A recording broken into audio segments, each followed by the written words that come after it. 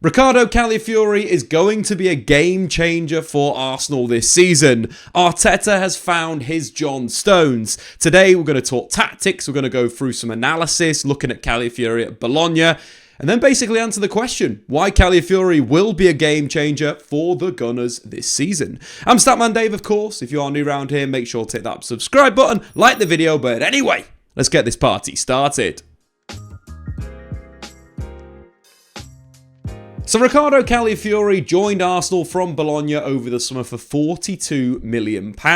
He's a player that I watched a lot last season because he played for Thiago Motta's Bologna, one of the most interesting sides in Europe. In terms of Calafiori, he played mainly as a centre-back. He's previously had experience playing as a left-back for Roma or even a left wing-back for Jose Mourinho, so could do that job, but I think in the long term, he is the partner to William Saliba. Both have similar ages in 23 and 22, and both have different skill sets. In terms of why I believe he's going to be a game changer is because not only is he defensively as good as Gabriel and William Saliba, but on the ball, he operates as a libero, a John Stones, a player that dictates attacks, that starts them by carrying into midfield or playing line-breaking passes into one of the wingers or switches out wide. Calafiori is going to evolve Arsenal's build-up structure. So when we're looking at Calafiori as a player, first up, we've got to understand, can he defend? Because if he's going to replace Gabriel long-term, he needs to be a very, very good defender. Because Gabriel and Saliba are arguably one of the best centre-back pairings we've seen in the Premier League in the last 10 years. And I still do believe Gabriel will play this season. I mean, in the long term, we're talking 2 years down the line, 3 years down the line, I think Calafiori will become a mainstay as that left centre-back for Arsenal. Of course, in terms of his ability to carry, that's very important. But first up, defensively, Calafiori absolutely bullied Serie A's best attackers last season. Riccardo Calafiori is a very dominant and aggressive defender. He attacks the ball well, often beating his marker in aerial duels through aggression and physicality, or getting ahead of the forwards thanks to his impressive positioning. Very happy to follow players into midfield. Even if Calafiori gets it wrong, his recovery pace and determination will see him quickly return to the position so he can make amends. Standing at 6'2", Calafiori isn't a giant, but he's strong, athletic and attacks the ball well. This sees him win the majority of his aerial duels, be it from open play or when he's defending from set pieces. His defensive positioning also comes into play here, with Calafiori generally appearing in the right place at the right time. Very much a front-footed defender, Calafiori competes for a lot of duels. He likes to be able to step out of defence or stick with his opponent and make tackles. However, Calafiori reads these situations well and will hold his position, defend against threats like through balls or low crosses. Always looking for ways to win the ball back, Calafiori's speed lets him compete for challenges that most defenders ignore. This makes him excellent at covering for his defensive partners. That being said, Calafiori can overcommit in advanced areas, but his speed and athletic ability allow him to recover well.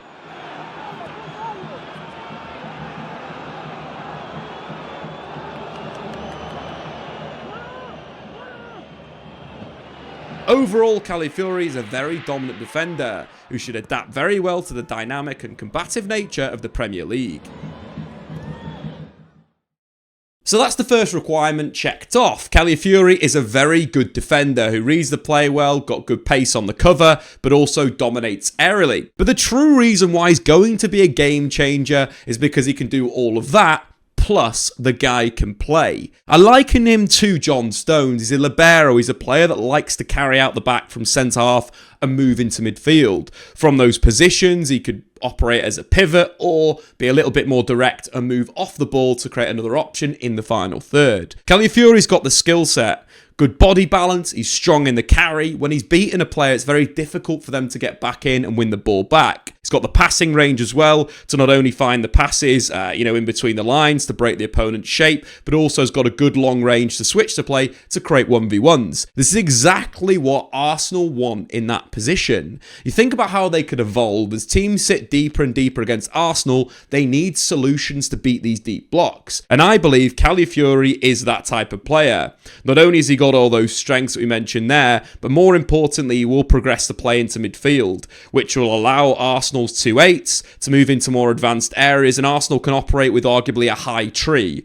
With this time, instead of a Zinchenko moving inside, Calafiori stepping into that midfield zone to get on the ball next to Jorginho, which would see the rest of the back four narrow and create a bit of a back three. I think what Calafiori's got in terms of his ball carrying, that progression from the back is really good. So we're going to have a look at 2 clips here just to highlight what he did against Lecce last season for Bologna. In this first clip, we see Calafiori carrying into midfield as a progressive option, not only attacking the space at the right time, but fixating defenders. From this position, we can already see he's got the attention of 2 of the opposition, and simply makes the right decision, shipping the ball back to go through midfield. But he's not stopped there. He's not a passenger from this position. Again, he's going to open his body up, allow the ball to run across it before exploding on the outside of the defender, using his strength and body balance to get into the final third. From that position, shifting it wide to the winger is the correct decision, creates a 1v1 and a shooting opportunity. Next, we've got Calafiori carrying and then playing a line breaking pass, but again, similar situation. Carries and drives into the space, fixates the defenders before releasing the ball at the right time to the right interior. So we've seen Calafiori be super effective, carrying out from the back and moving into midfield to progress the play and get his team into the final third. But I also think tactically, having a centre-back stepping into midfield is better than having a full-back stepping into midfield. And you ask why? Why? Because of the distances. So when we think about a Zinchenko, let's say, moving into midfield, the big reason why it's done is to push both of the 8s forward to allow Declan Rice and Martin Ødegaard to play arguably as 2 number 10s. Again, you've got those 2 players in high areas, means you're going to be more effective from an attacking perspective. But when we think about distances, when a fullback steps inside, they have to cover quite a lot of distance, not only to get into that position first and foremost, but also when you're thinking about them retreating to their natural position to deal with a winger. When teams counter-attack, they usually break out wide. They'll usually hit the ball central and then they'll break out wide. So naturally having your fullbacks in a wider position from those situations is better than having a centre-back covering that area. Just in simple terms, what that is, if Zinchenko steps in to that central area, which he will do for Arsenal this season, then Calafiori is the player that's got to go out and deal with the opposition's right winger from a transitional perspective. If we think about it the other way, and the left back stays wide and tucks in a little bit like an inverted fullback, then you have the centre back stepping into midfield. The distances are a bit better for me, and then you've got 2 players that are naturally better at defending the wide areas. They're probably going to be slightly quicker as well. For me, it makes a lot of sense. But not only that, of course, Calafiori, getting into those areas, either moving off the ball or alternatively carrying like we saw before. The reason why I love him in these areas is he can play a number of different roles in these positions. He can sit as a pivot, being a player that can either move the ball on with simple passes or progress the play with line breakers or shipping it to his teammates, or alternatively he's a player that moves very, very well off the ball. We're talking when we get into the final third, let's say Calafiori is shipped the ball out wide,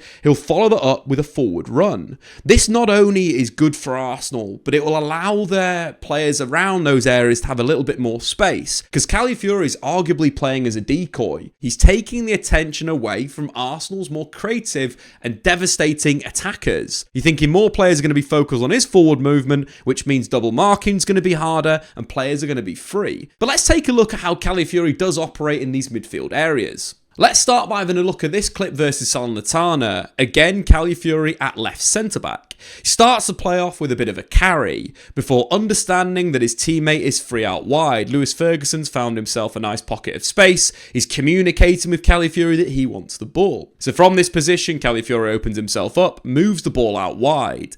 But just watch where he stays. He stays in a defensive midfield or pivot position. Not only scanning twice to check both of his shoulders, but then demanding the ball off his teammates. This is what you'd expect from a top-level central midfielder, but Calafiori is built like a centre-back. In terms of his first touch, it's very positive, which means the next action can be forward. A forward pass into the feet of the centre-forward before moving into a supporting role. Top quality central midfield play, starting off from centre-back, moving into midfield, and then becoming that pivot player. So let's look at this example against Atalanta. This time, Calafiori is going to carry into midfield and then move off the ball. What I like about Calafiori from this position is he's under pressure, and he knows that it's not the right time to carry out. Instead, he plays a 1-2 with Christensen at fullback. This not only draws the pressure to the wing, but it allows Calafiori the space to carry out. A little bit of smart, quick play in the back allows the space for Calafiori to step into midfield. Atalanta's defensive structure is now a bit of a mess,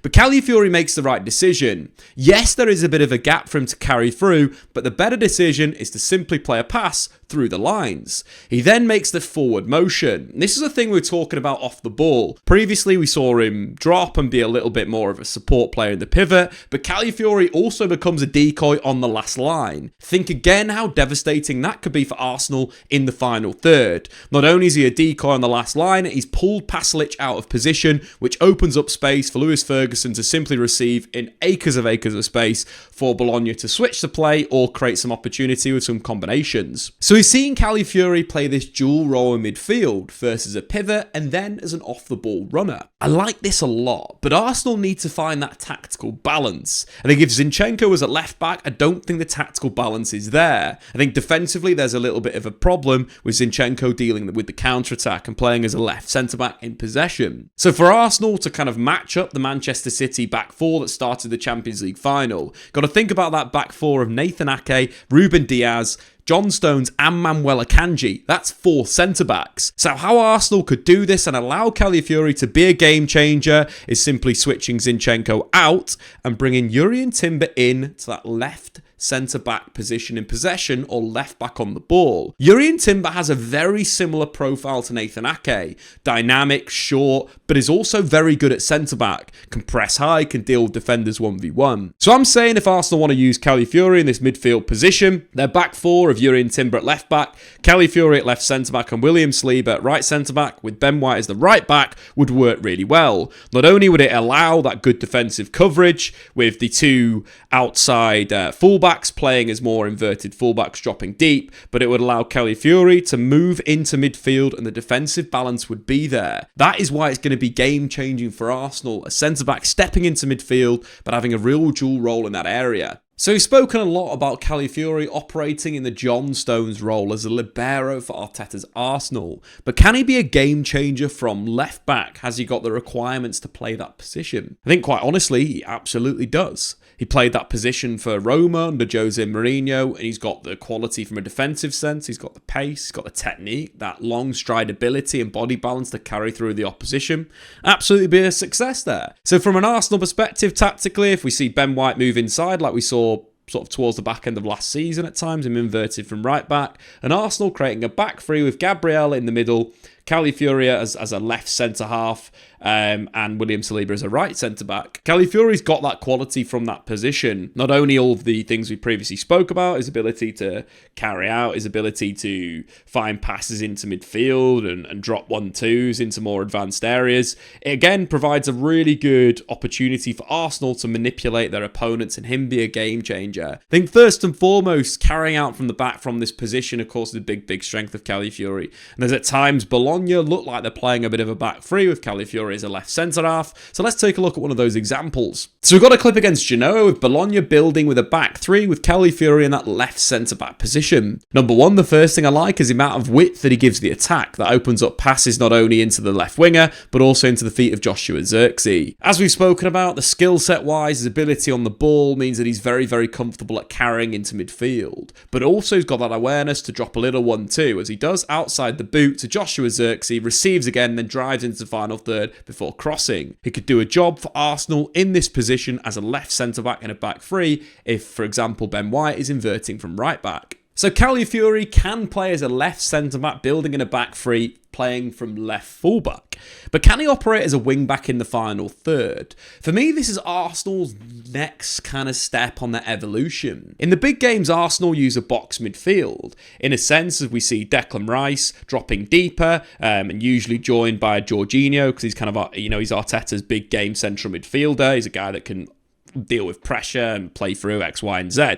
But the space in these big games for me is actually in the fullback area. We see Arsenal do it really well against Liverpool last season in the Premier League, where Ben White had a really good game at fullback, overlapping Saka in the final third. But Zinchenko is less effective in that position for Arsenal. And yes, Calafiori is quite effective as a wing-back, as a player that can go on the outside, and we saw that for Jose Mourinho's Roma. So in terms of the role, well, the big thing is overlapping and getting crosses into the box.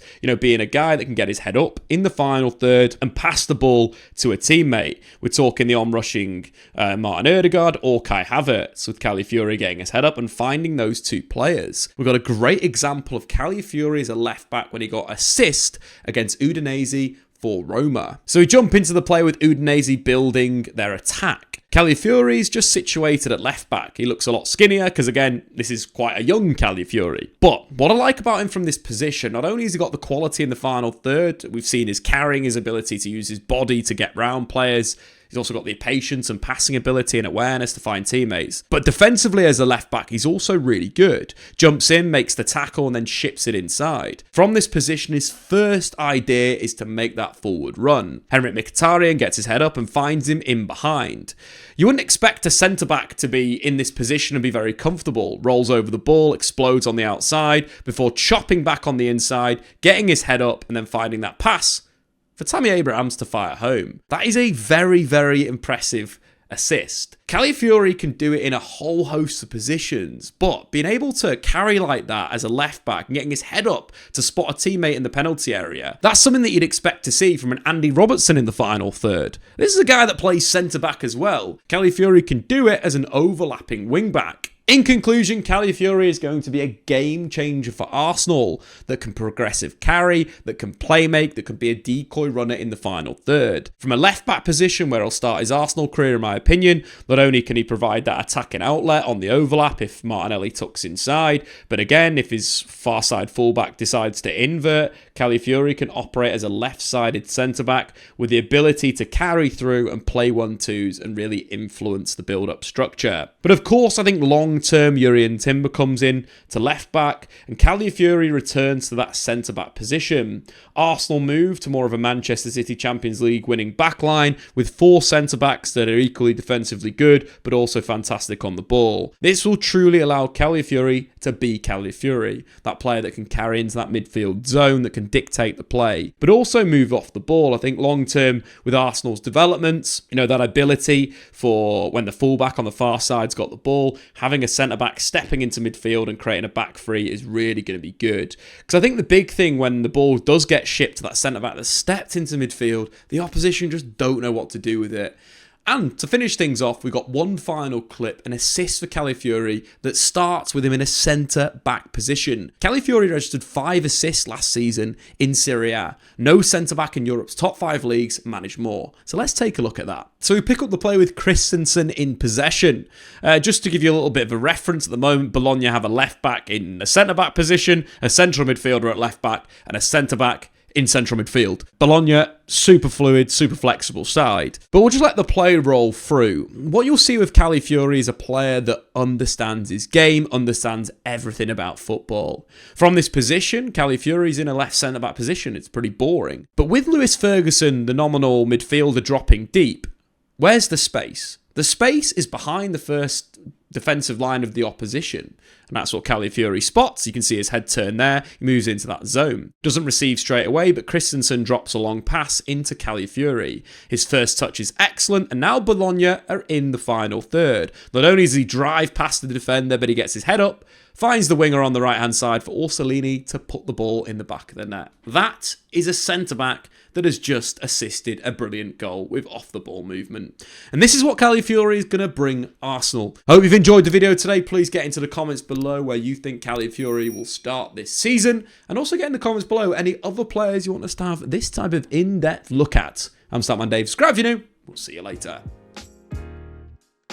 Thanks for watching. If you've enjoyed this video, why not check out some more content on the Statman Dave YouTube channel.